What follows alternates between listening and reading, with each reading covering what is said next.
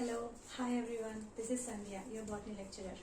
In the last video we have studied about the introduction of biological classification, how Aristotle, then how Aristotle classified living organisms into plants and animals.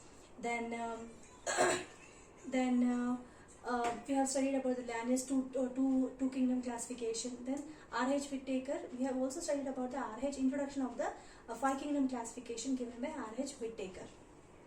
So, the five kingdom classification says that the living organisms are classified into five kingdoms: Monera, Protista, Fungi, Plantae and Animalia. So, in this video, in this lecture, we are going to study in detail about the Monera and Protista. Okay, coming on, the first kingdom is Monera. Monera is the kingdom where all the prokaryotes are grouped under one kingdom called as Monera. They are primitive organisms. They are prokaryotes where the nucleus is underdeveloped, where the nucleus is not covered by a double membrane nuclear membrane. So that is about prokaryotes which comes under Monera. And here the cell wall is made up of pseudomurine. It is not made up of peptidoglycan, but it is made up of pseudomurine. It is not made up of peptidoglycan or cellulose. Instead, it is made up of a polysaccharide amino acid which is called as pseudomurine. Then these monerans are again divided into four subkingdoms: Archaebacteria, Eubacteria, Mycoplasma, and Actinomycetes. First one is Archaebacteria. Archaebacteria are those monerans which are going to live under harsh habitats. Harsh habitats in the sense extreme salty area,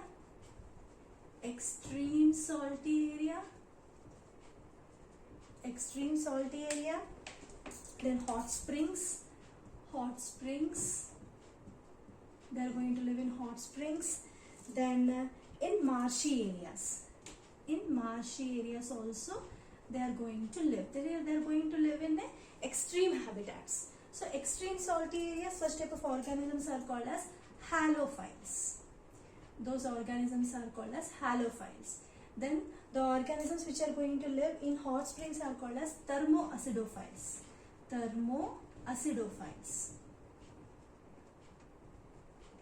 The marshy areas of monerans are called as methanogens. They are nothing but methanogens. Okay, so what makes them to live in those extreme habitat? What makes them means here in the cell wall it is not made up of peptidoglycan, it is made up of pseudomurine, and the cell membrane contains branched chain lipids.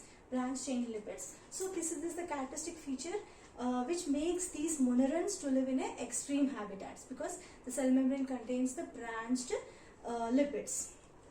Then there's methanogens. Methanogens are going to live in the gut of the ruminant animals like cow, buffaloes.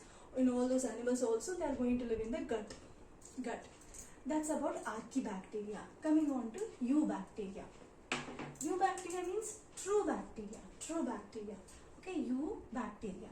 These bacteria are going to be present in everywhere. They're omnipresent, and based on the shape they are divided into bacillus, cocci, vibrio and spirillum.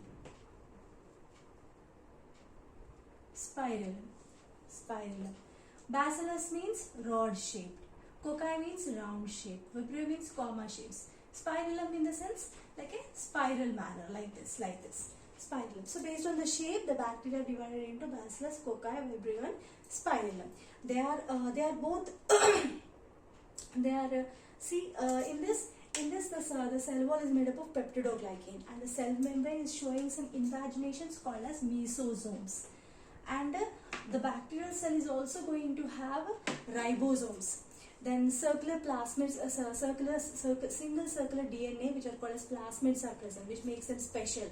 So then these particular eubacterians are both autotrophic and heterotrophic. Autotrophic means they are going to prepare their own food materials. They are not dependent on any other organisms.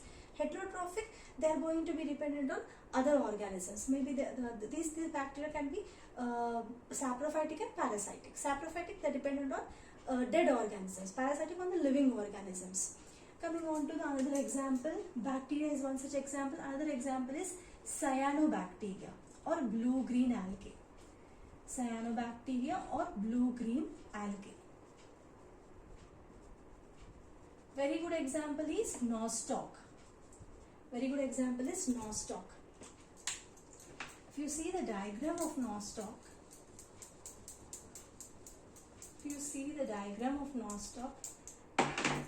it's going to be in green color, like this.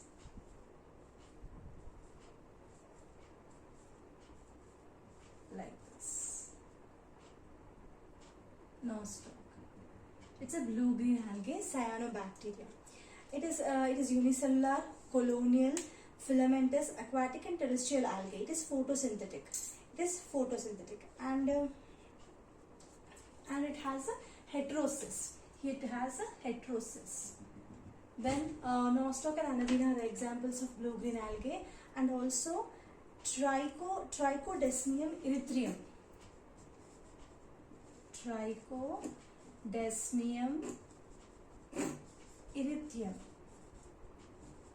It also comes under eubacteria. It is because of this organism the Red Sea is in red color. Trichodesmium erythraeum is an example of eubacteria. Because of this organism, the Red Sea is in red color. That is about the eubacteria. Coming on to this is about eubacteria. Then that's about the photosynthetic bacteria. Coming on to chemosynthetic, which means they are going to prepare their food materials with the help of the inorganic substance like sulfur oxide, nitrates, nitrites, like that. Chemosynthetic autotrophic are also present. Then heterotrophic basically they are saprophytes or decomposes. Then these particular bacteria are going to cause some bacterial disease like cholera, typhoid, tetanus, citrus canker in plants, cholera, typhoid and tetanus in animals. They are going to cause diseases, and they are going to reproduce by fission. Then sexual reproduction also takes place. Because of the conjugation, DNA transfer, like that. That's about the eubacteria. Coming on to mycoplasma. Mycoplasmas are the they lack the cell wall. And they're pleomorphic. Cell wall is not present. They change their form, and they are the smallest living organisms. This PPLO, if you take for example PPLO, pleuropneumonial-like organisms, they are the smallest living organisms. Then they are going to cause different diseases in different plants, like witch's broom in plants, the pneumonia, pleuropneumonia in cattle, mycoplasmal urethritis in humans. So these mycoplasmas are smallest living organisms, and they can live without oxygen also. That's about mycoplasma. Coming on to actinomycetes. Actinomycetes are the branched filamentous bacteria. The cell wall contains mycolic acid. Then they are of saprophytic and decomposes. Mycobacterium is an example. Mycobacterium and Corynebacterium. Corynebacterium are the examples.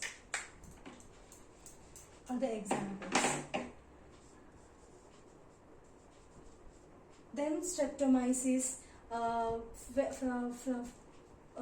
Streptomyces, the antibiotic is extracted. That is streptomycin. Then all these are branched filamentous bacteria. That's about actinomycetes. That's about the monoreds. They are prokaryotes. Coming on to the eukaryotes. Now. Coming on to the protistans, unicellular eukaryotes. Unicellular in the sense single-celled eukaryotes, where the nucleus is well developed. True nucleus. The nucleus is covered by a double bound nuclear membrane. These protistans are again divided into five categories, 5 subkingdoms. This chrysophytes, Dinoflagellates, euglenoids, and slime molds. Then protozoans. Okay, these are the 5 subkingdoms. Chrysophytes. Coming on to the first one, chrysophytes. Chrysophytes are also called as diatoms or golden algae or desmids. They are going to live in freshwater as well as marine waters also. They are photosynthetic. They are going to be present on the water surface as planktons. As planktons. Then they are going to have 2 thin overlapping shells, which are called as epitheca over hypotheca, which fit together in a soapbox like thing. Then these walls are indestructible, and over billions and billions of years they form as a cell wall deposits and called as diatomaceous earth. Diatomaceous earth, which is also called as K-circle. Good. And this particular thing is useful in the filtration process, polishing, filtration of oils and syrups. Then filtration of the water, where the candles are made up of this particular K-circle material. Over billions of years, they get deposited and form an indestructible material. The cell walls are made up of silica. Then these diatoms are the producers in the ocean. So they are present on the surface. They are present as a green material on the surface of the oceans. So these diatoms are the major producers in the oceans. Then these diatoms are again divided into centriole diatoms and pinnales. Centriole diatoms are radially symmetrical, means they can be divided into 2 equal halves in any plane. Then pinnales are bilateral symmetrical, means only in one plane they can be divided into 2 equal halves. So that is bilateral symmetrical. That's about the chrysophytes. Moving on to dinoflagellates. Dinoflagellates are also called as whirling whips.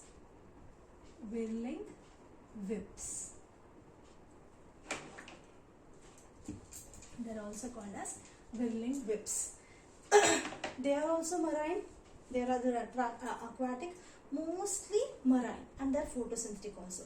They are yellow in color, green in color, brown in color, blue, red, like that, because of the presence of the pigments. And they are having two flagella, and because of the movements of this flagella, they make the movements. So hence they are called these organisms are also called as dinoflagellates. Very good examples of dinoflagellates: Noctiluca, Gonolox. And one more characteristic is that the nucleus is having the condensed chromosomes, where histones are not present, but it is called as mesokaryon. And 2 flagella are present. They make the whirling movements. Very good example is Noctiluca, which shows bioluminescence. Means which is going to emit light in darkness. Like in oceans, what happens when it darkens, when the light comes, at the shore, this particular organism, Noctiluca, is going to emit light, bioluminescence. Then Gonolox.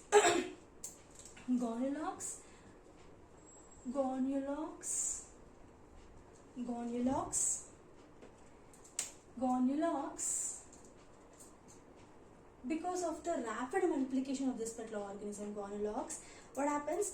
In the Mediterranean Sea, the red tides are present. So red tides in Mediterranean Sea is because of the rapid multiplication of this Gonolox, which are nothing but dinoflagellates. Then coming on to euglenoids. Euglenoids are freshwater organisms. These two are marine and photosynthetic. But here these are freshwater organisms, mainly in stagnant water they are present. Very good example of euglenoids is Euglena. A very good example of euglenoids is Euglena, where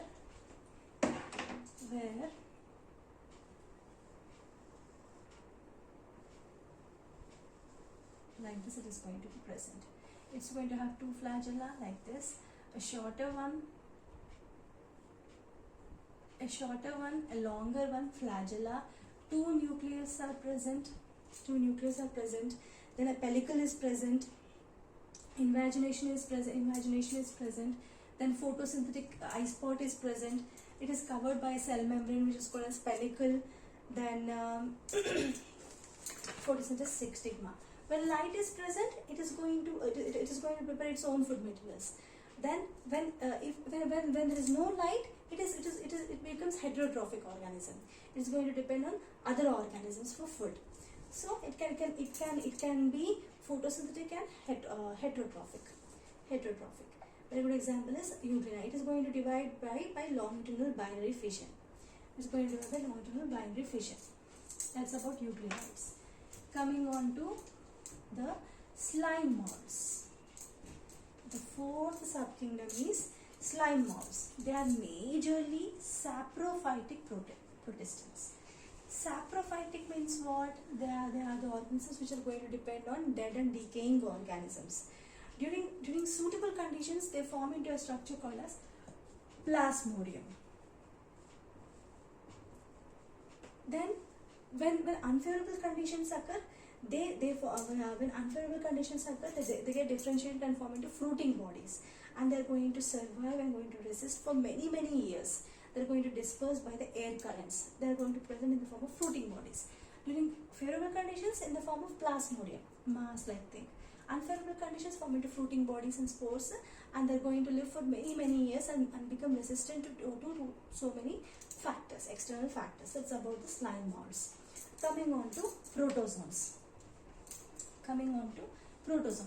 These protozoans are heterotrophs. They are majorly predators or parasites. Then they are divided into 4 types: amoeboid, flagellated, ciliated, and sporozoans. Based on the locomotory organs. For example, if you take amoeboid protozoans, they are it is going to have pseudopodia, which changes in shape Pseudopodia are present and going to engulf the prey. Very good example of amoeboid is amoeba proteus, which lives in fresh waters. Then entamoeba is a parasite, Entamoeba histolytica. So amoeba and entamoeba are the examples for amoeboid. They have false feet, which is called as pseudopodia. Coming on to flagellated protozoans. These protozoans are going to have a flagella. Very good example is trypanosoma, which is going to cause sleeping sickness. It is having a flagella. Because of the flagella, it is going to move. Either it is free living, it can be parasitic. It is motile one. It is going to move with the help of flagella. Coming on to ciliated protozoans, where the locomotory organs are cilia. Very good example is paramecium. Which is also called as slipper animalcule. Like this, it is going to be present, isn't it?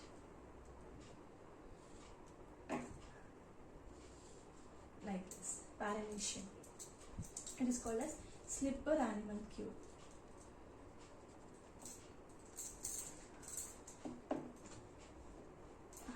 It is having cilia. For locomotion, it is having cilia like this. On the surface of the organism, the cilia are present, which are useful for locomotion. Ciliated protozoa. Then sporozoans are going to have a spore-like stage. They are going to have spore-like stage. That's why they are called as sporozoans. Very good example is the malarial parasite, Plasmodium. Okay. Very good example is Plasmodium. It's a malarial parasite, where it is having a spore-like stage called as spore-like stage is present in its life cycle and causes malaria in human population. So sporozoans example is Plasmodium. So protozoans are divided based on the locomotor organs: amoeboid, flagellated, ciliated, and sporozoans. Amoeboid, amoeba and entamoeba are the examples. Flagellated, trypanosoma. Trypanosoma is the example. Ciliated protozoans, paramecium is the example. Sporozoans example is Plasmodium. So this completes the Monera and Protista, both kingdoms. In the next video, I am going to cover up fungi plant. Thank you.